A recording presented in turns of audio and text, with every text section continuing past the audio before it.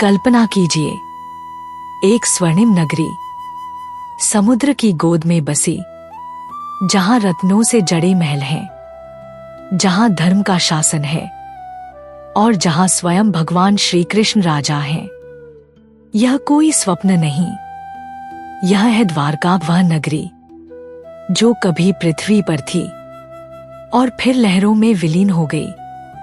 द्वारका की उत्पत्ति श्री कृष्ण का निर्णय, जब मथुरा पर बारंबार आक्रमण होने लगे और यादव वंश असुरक्षित होने लगा, तब श्री कृष्ण ने समुद्र के तट पर एक नई नगरी बसाने का निश्चय किया।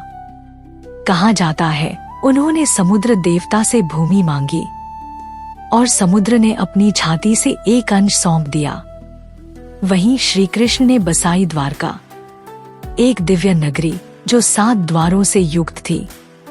द्वारका कोई साधारण नगर नहीं था, वह एक स्वप्न था। रत्नों से जड़े महल, सुनहरी गलियां, सरोवर, उद्यान, संगीत और सौंदर्य से भरा हर कोना।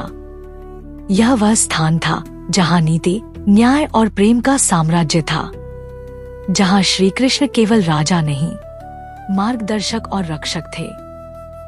परंतु समय चक्र चलता रहता है।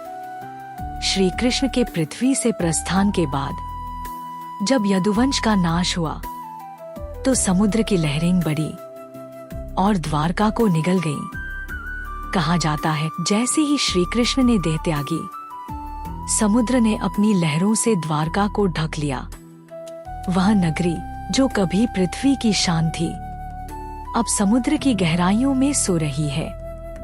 आधुनिक खोज जब इतिहास बोला, लोगों ने इसे सिर्फ एक पुरानी कथा समझा, पर 1988 में वैज्ञानिकों ने गुजरात के समुद्र तट पर गोताखोरी की और समुद्र की गहराइयों में उन्हें मिला खंडहर, स्तंभ, दीवारें, सीढ़ियां, ऐसी संरचनाएं जो हजारों वर्ष पुरानी थी।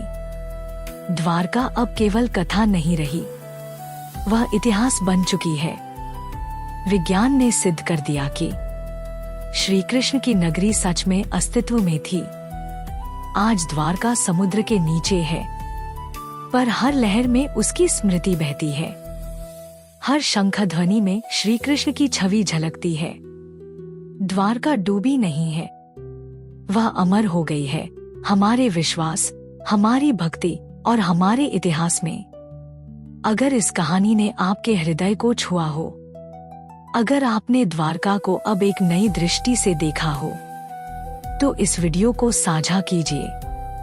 कमेंट में लिखिए, क्या आप मानते हैं कि द्वारका केवल एक कथा नहीं, एक ऐतिहासिक सत्य है?